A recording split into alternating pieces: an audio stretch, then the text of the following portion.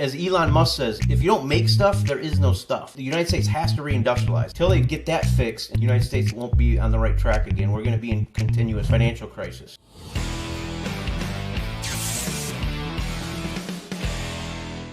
Hello again, everyone, and welcome to another edition of Silver Bullion Television, SVBTV. I'm your host, Patrick Vieira. Dan Collins joins us today.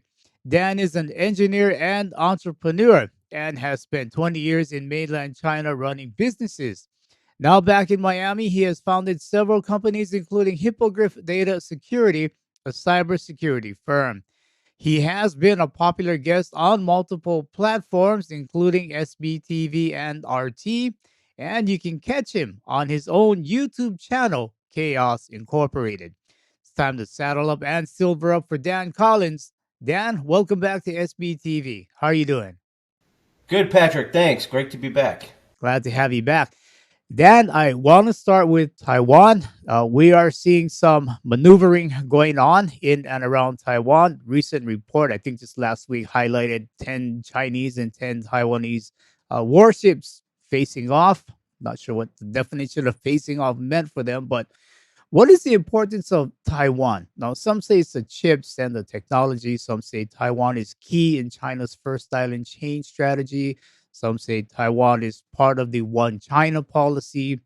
In your opinion, after living in China for a couple of decades, how is Taiwan viewed in China's eyes? Sure. So we get a lot of rhetoric over Taiwan, especially from the foreign policy, military type establishment. I just came back from Taiwan. I was there Chinese New Year. I was there for a couple of weeks. I actually picked a lot of people's brains on it. I've been going to, and I lived in China, as you said, 20 years.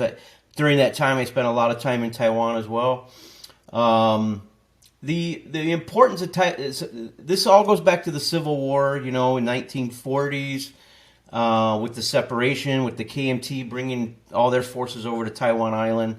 And that's basically a civil war that's never ended. So in mainland China's eyes, Taiwan's still a part of the mainland. It always has been. In reality, it's its own country. Although it's not heavily recognized. And to this day in the United States, our policy is One China policy. We kind of forget that now. We're kind of changing the last couple of years here, trying to put pressure on China, on mainland China. But, it is its own country. If you ask young Taiwanese, they want to be Taiwanese. But at the same time, everyone at their base is ethnic Chinese. They're Chinese culture. Most of the older people in Taiwan, they're born in mainland, or most of the time their parents were born in mainland, the older generation. Good friend of mine, his dad was a Shanghai textile manufacturer, moved some equipment to Taiwan when the communists took over, and a young engineer, he finds himself with a factory full of textile machines and becomes the number one textile guy in Taiwan, and his family he's quite successful. But there's this link that you're not going to separate. So there's this common shared history. There's business links. People underestimate how tied into mainland China Taiwan is. Okay, 10% of the Taiwanese population at any one time working in the mainland. You had Taiwanese factories that had one or two plants in Taiwan, and they grew in China over the last 20, 30 years, and they have 20 facilities in the mainland China. So not only are they sourcing product there, but they're running plants, they're selling into the domestic market. These two economies, Taiwan and mainland, are linked. That is completely inseparable. You are trying to get some now outsourcing, diversification. A lot of Taiwanese companies have moved to Vietnam. But it's an absolute red line. To your question, it's an absolute red line in mainland China that Taiwan is part of China. Now, according to the mainland, if bygones be bygones and you just keep it on the down low and let the status quo continue to function, that will be okay. Where we run into problems is we're picking a fight now. We're sending our politicians to Taiwan. We're constantly ramping up rhetoric about, military invention defending Taiwan, which, by the way, we could never do in reality. And the military's run those war games for 10 years. They could not defend Taiwan. It'd be impossible.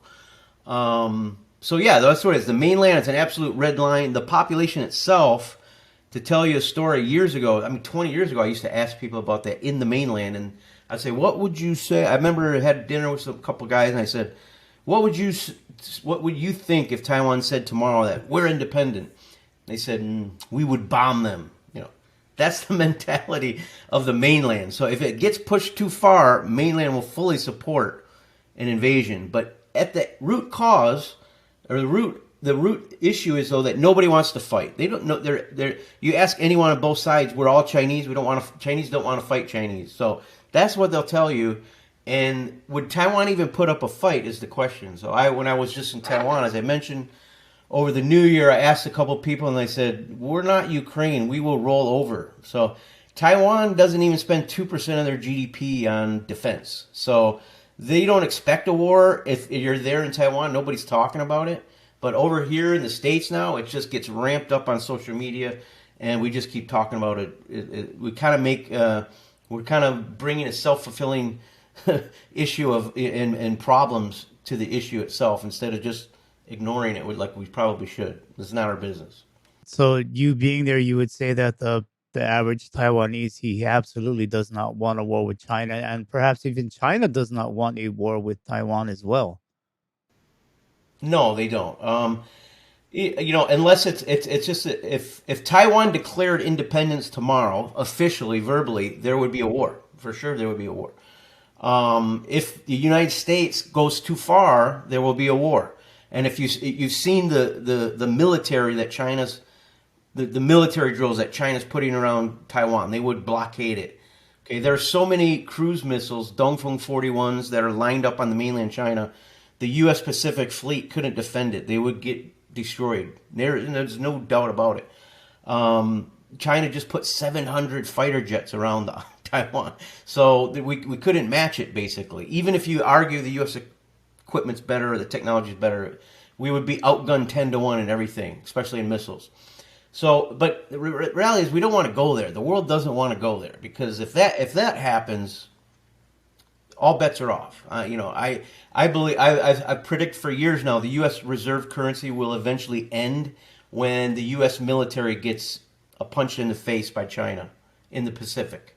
And that could easily happen. And if people wake up and go, "Oh wow, the U.S. is really not the world's dominant military power anymore," what's that do to the dollar? So what's that do to imports in the United States? The United States is heavily import dependent from China for everything.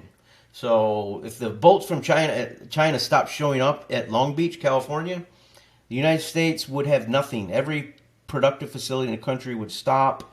Amazon would have nothing to deliver. The country would be completely without everything within 30 days. So that red line and this whole talk of fighting Taiwan is something that really needs to be avoided. We need diplomacy. We need all the adults in the room, especially in the United States, to take a step back and start just talking things out instead of constantly ramping up the war rhetoric. Yeah, I think some dialogue would be very healthy at this point. Dan, let's just say if the U.S. had advanced chip manufacturing capabilities, sort of the way it is trying to beef up now, would Taiwan be an issue the way it is today, right now, at this very moment?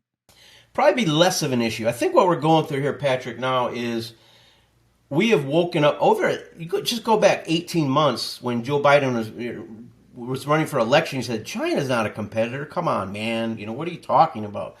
I think we've woken up to the fact that economically, China is the dominant 800-pound gorilla in the global economy. You're over in Asia, you know this. People in the U.S. are just now waking up to this. Like, China does 26 million cars a year. The U.S. does 9. Okay, China has delivered 30 billion e-commerce packages already this year. Okay, that's before April 1st. United States will send 20 billion for the whole year. So you're literally talking about 5 times the parcel delivery. That's just a gauge to gauge the real economy. Okay, 2 times the power production in China compared to the United States. They make more steel in 17 days than the United States will make all year. So China, the GDP numbers wildly inflate the U.S. economy because it's a financial economy. It's financialized. They're not making anything. They can't make antibiotics. They can't make whatever, you name it. So they're waking up. The foreign policy establishment in the United States is waking up to, like, okay, economically we're number 2. There's no doubt about it. Militarily, maybe we're number one. If you consider it on a global basis, we are. Asia Pacific, we're not. And so I think there's a lot of, I'd call it weeping and gnashing of teeth right now within the foreign policy establishment of how we're going to stay on top. And I often argue on Chaos Incorporated, my YouTube channel, that this is an economic problem. It's not a military problem. It can only be solved by reindustrializing the United States. Okay, it's our own problems that have to be fixed, and it's not going to be done by doing tricks and propaganda over Taiwan or Xinjiang or whatever. So, if you're enjoying this interview with Dan Collins and I, please consider subscribing to our YouTube channel. And if you would like to learn more about systemic wealth protection, please do visit us at www.silverbullion.com.sg. Yeah, that's a great point. It's an economic problem. Part of it being, would you say that because the U.S. gave up its manufacturing base and now they are relying on other countries to produce the necessities, is this part of this economic problem? that's the root cause of it. So we've been listening to the academic ivory tower economists for 30 years that, we don't need to manufacture anymore. That's last century. I mean, anyone who's been on a manufacturing plant knows this is where all the technology is. It's network facilities. It's the fourth industrial revolution. As Elon Musk says, if you don't make stuff, there is no stuff. So the U.S. has been wildly industrialized. You go to the Midwest, where I'm from Michigan. It's a 30-year depression. The drug, and that has created all the social problems. The drug usage has skyrocketed. Families have broken down. We can't even keep trains from derailing now, and we have literally vinyl chloride explosions in Ohio that we ignore. And it's gotten to the point where the United States has to reindustrialize. That will get what we did is we got rid of the factories, and then we created a big housing bubble, and we just kept printing money and printing money and printing money, and to kind of erase these problems. But at the root cause, the economy is not imbalanced. It's completely imbalanced right now. So until they get that fixed, until the root cause of what happened and why, United States won't be on the right track again. We're going to be in continuous financial crisis. Can the U.S. reindustrialize in time? And I mean, even if they did, would they be able to compete on a global scale? So that's the issue. So imagine there is a confrontation with China and they just stop exporting. There's the issue of just take any product, a brake pad, for instance. Can we make we don't make any in the United States. Could we make them in the United States? Sure. But you would need 50 factories to replace the volume that stops coming from China. So it would take you a decade, even when you got, as to your point, even when we got done there, let's say we set up 50 factories just for that product line, the problem would be it would be 2 or 3 times the price anyway. So we'd already be hyperinflating. We'd hyperinflate because we have no goods at all, and then we'd hyperinflate because just the production costs. And what comes with that, and what you're seeing now is a slow motion crash in living standards. I mean, the living standards are plummeting. Inflation is going to take away U.S. living standards. We've been living 30 years on an artificially high living standard here because of the dollar, because we can print the dollar, we can distribute it to our population, and then they can buy goods from all over the world. That's an artificially inflated living standard that is ending in real time as inflation and the dollar, and now China and everyone else is going to go after the dollar's reserve status. So we could do it, but it would take 10 years, and they have to go back to the root cause of what happened. So when you put we had the highest corporate tax rates in the world for a long time in the United States, which means nobody's putting up a factory. Because once the factory's there, you have the fixed assets and plants and equipment, you can't escape those taxes. So it's much easier just to keep your factory in Asia or down in Mexico and transfer the product from country A to country B and collect the profits offshore. That's what everybody does. Big, giant multinationals, they normally have never paid more than 8% in tax. So you get these politicians, they want to put this group wants to put the tax rate up here, and this group wants to take it down here. The end of the day, it means nothing because they're doing their own tax thing anyway. So they haven't got to the root cause of what caused the deindustrialization. Once they do that, they figure it out. It's the healthcare system, companies, and you get the car companies in the United States. They're like healthcare companies with car factories attached to it. They just have too many burdens in healthcare. So the healthcare system's completely whacked. The economy's financialized, it's deindustrialized, and it's relying on printed money and transfer payments to its citizens. Until we come to that realization, we've done a few good things recently, like the CHIPS bill. We're trying to encourage manufacturing back in the United States, but it's not enough, and the system has to be worked out to where all this stuff naturally happens, and it can't happen by government decree. You touched on de-dollarization, and we are seeing more countries, China, Russia, Brazil, the even the nations of ASEAN and more. They are moving away, more and more moving away, or at least preparing to move away from the US dollar. The question here is, can the US dollar regain favor in the world's eyes? And if so, what has to happen? I think the dollar's headed for eventual regional polarity currency with the renminbi. Probably not the euro. The euro is such a sick economy. It's tough to see the euro being a competitor. I wrote about this literally more than 10 years ago. When you look at a reserve currency, it's not just declared this is the reserve currency. It happens organically. So it used to be the Spanish Empire, then the British, then the U.S. World War II, the U.S., we were the last ones with the factories.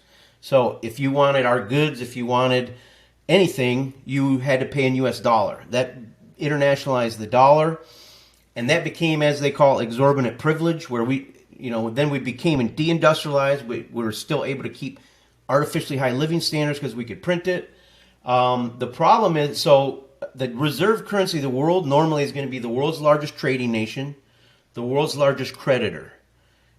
That's China, right? That's China today. By far. I mean, U.S. is not competitive in anything. We're outside of soybeans and corn. There's nothing anyone's buying from the United States. So you go to Brazil or Malaysia, they're going to love. They already have RMB swaps going back a decade now. That's just going to increase. What's changed recently is China never wanted to inherit the mantle of the reserve currency. They like to be number two.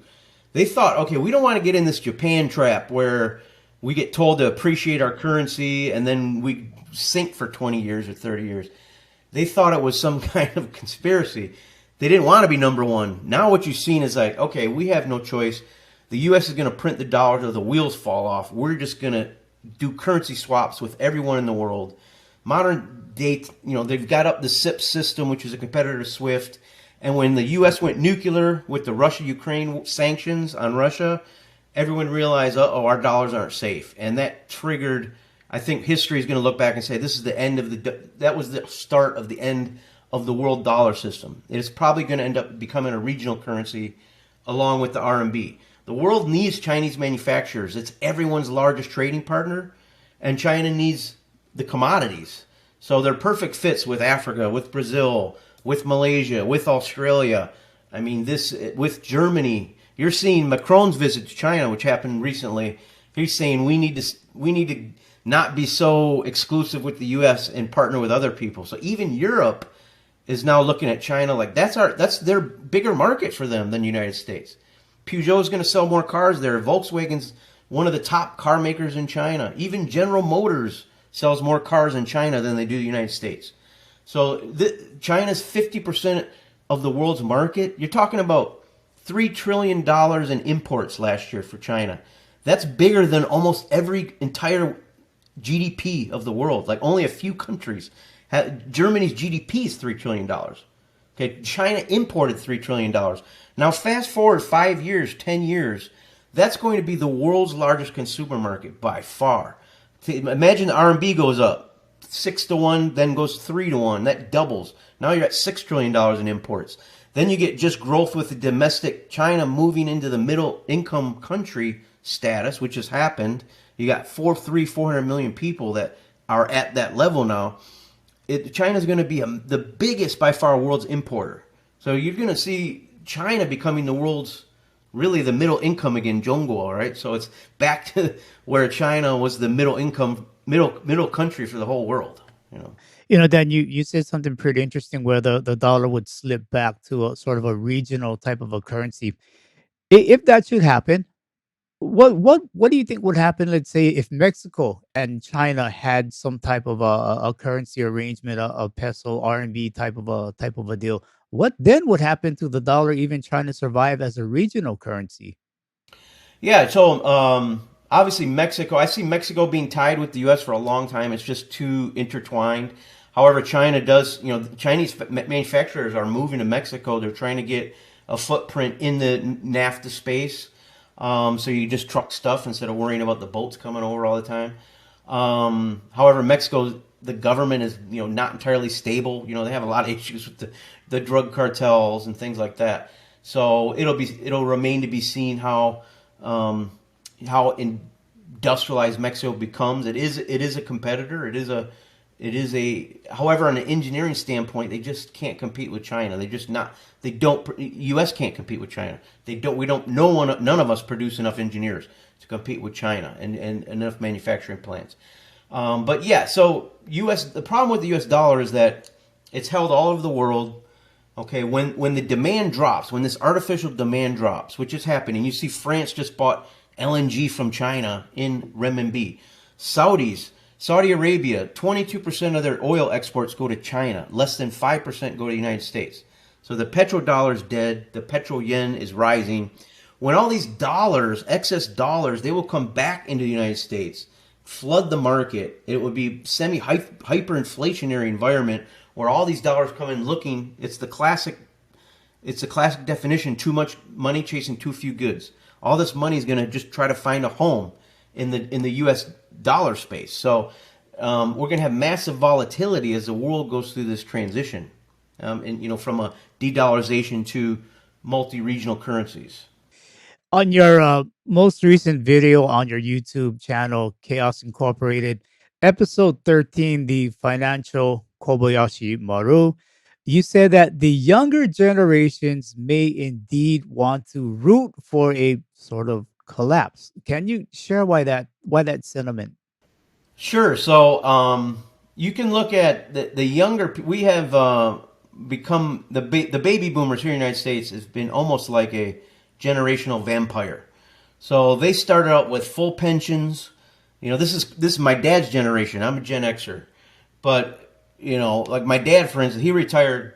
Not to blame him, but he retired at 52 with full pension. He's going to collect a pension until he's 90. Like 80% of his salary. Then you go down to my generation. They had eliminated pensions. Then we went into 401ks. Then you go down to the younger guys now, younger guys and gals. They're on like the gig economy. They don't even have full-time jobs, right? And the housing's been inflated. The jobs have been sent outside the country. It's a really upside down economy right now. So my dad's generation, anybody could go get a job and be middle class. That middle class is vanishing now in the United States. So if you're young and you still got a long lead time ahead of you, a lot of runway, it wouldn't be bad to see a collapse because you're going to be the easiest ones to be able to adapt and overcome and restart the whole system. They call it the global reset, right? In the WF forums, you will own nothing and be happy. That's what the younger generation is now. So if I'm a younger generation, it wouldn't be bad to see house prices collapse 90%, because then you can buy a house. You see what's happened in Asia, like the younger generation, it's going on there as well. The younger generations can't afford to get into an apartment. I mean, they're literally have to save until they're 45 years old and then borrow from their parents, and then maybe they can get a loan for an apartment. It's just really upside down. The fiat currencies, the money printing has has created complete distortions and imbalances in the real economy, and it doesn't benefit the younger generation. Look at the demographics. That's a whole other thing, that half of women under 35 are childless. They don't have children. So I mean, our demographics everywhere, all over the world, are exploding. So that's another thing to look at in terms of financials, like how that's going to drive economics going forward. It's crazy numbers there. Yeah, it is. And the reason why I brought that up was because the baby boomers, they are collecting the pensions all the way the 80s, 90s and above, if they are so blessed. But pensions, a lot of these pensions, they are tied into commercial real estate, all bundled up nice and neat. commercial real estate looks to be in a bit of trouble. So do you think the Fed, knowing that pensions and other things are tied into it, they're going to have to step in and sort of bail out this commercial real estate market? Yeah, they'll bail it out. They have to bail it out. If you look at their track record, they bail out everything. They always have, right? The Fed put. So we can expect, as you just mentioned, there's $1.5 trillion wall of commercial real estate that has to be refinanced in the next 2 years. That's not going to happen. Regional bank, a lot of that comes from regional banks. They're pulling back now because they have more than $1 trillion in losses on their 10-year treasuries they bought. So part of all this fiat money printing, we printed $7 trillion in the United States during COVID, and all that went into banks just buying treasuries, right? At 0%, 1%. We had 14 years of 0% interest rates. Why? Was the economy that bad? 0% for 14 years? The Fed has destroyed the economy. It's created these SAP bubbles, speculative asset pricing bubbles all over. A lot of that's in commercial real estate. A lot of that's not going to get refinanced. So you got banks holding $1 trillion in losses. You got a 1.5 trillion in commercial real estate that can't get bailed out. And as you mentioned, Patrick, all the pension funds, that's a big share of their holdings.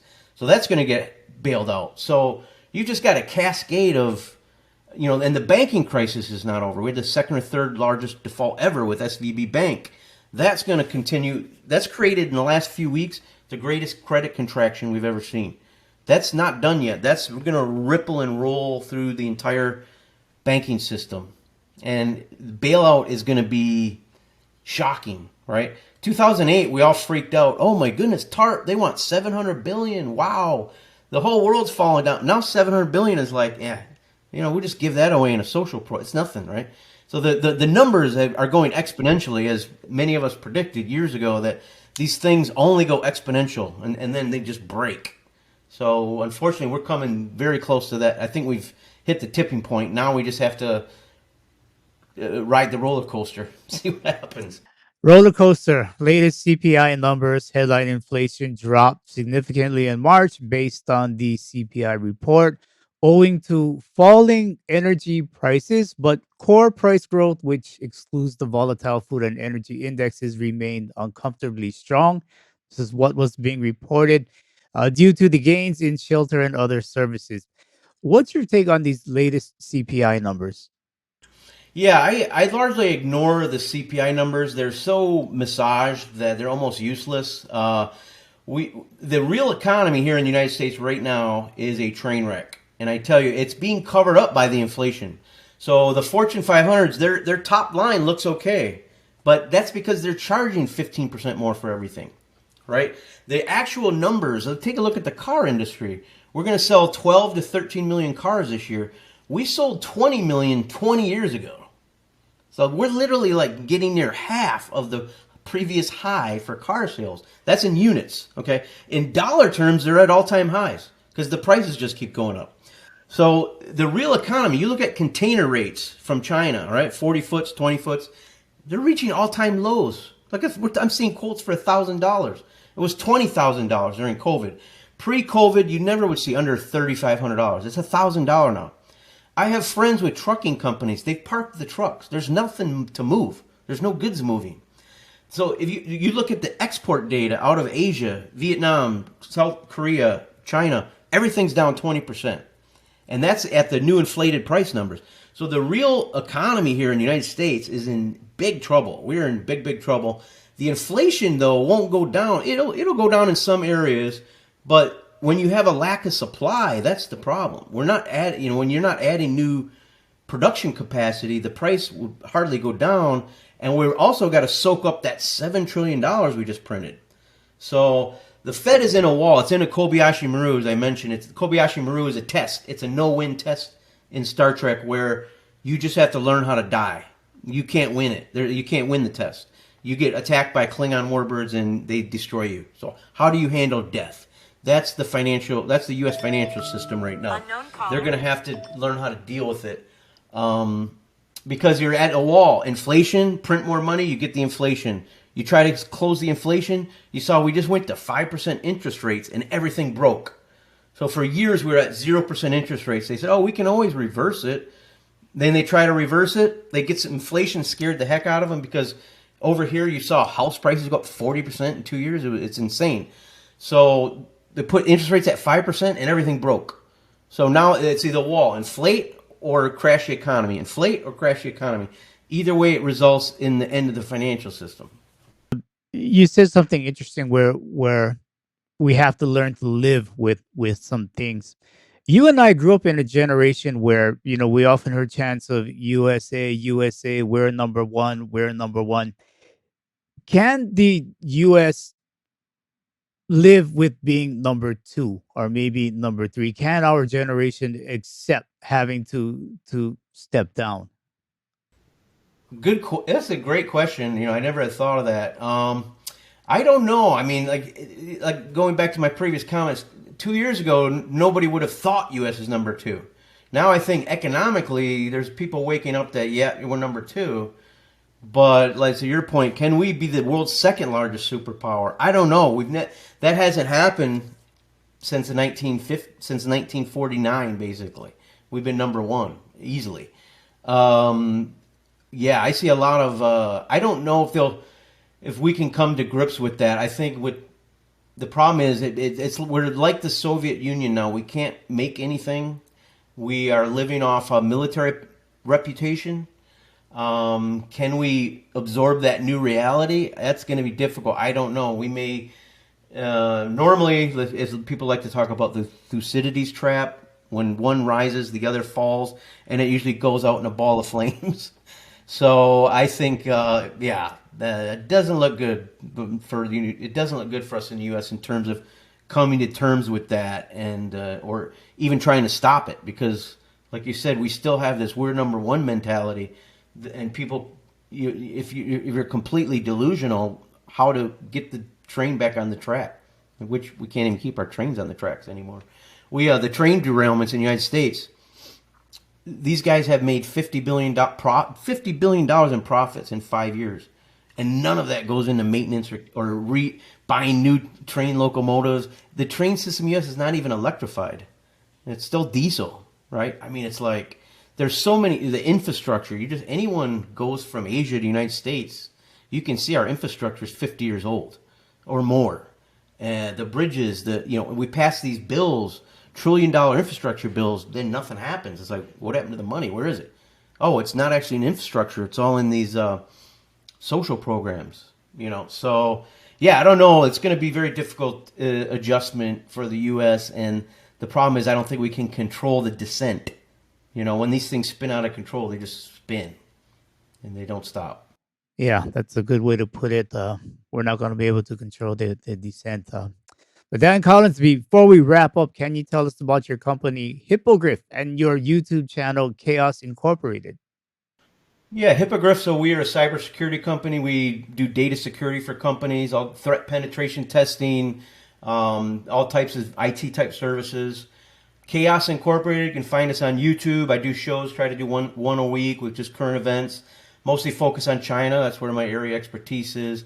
And Chaos Incorporated. You can find us on YouTube or find me on Twitter at DanCollins2011. All right, Dan Collins, it's been a pleasure as always. Your insight and knowledge on China is well beyond most people that choose to be on TV and share their expertise. So we appreciate your true expertise, and I hope we can do this again soon. Anytime, Patrick. Thanks for having me on. That was Dan Collins sharing his views on China and the economy. To follow more of Dan's work, please visit his website, hippogriff.tech, and his YouTube channel, Chaos Incorporated. If you like this video, please consider subscribing to our YouTube channel, share this video with family and friends, and give us a thumbs up. All are greatly appreciated. Audio-only versions of this interview can be found on iTunes and Spotify.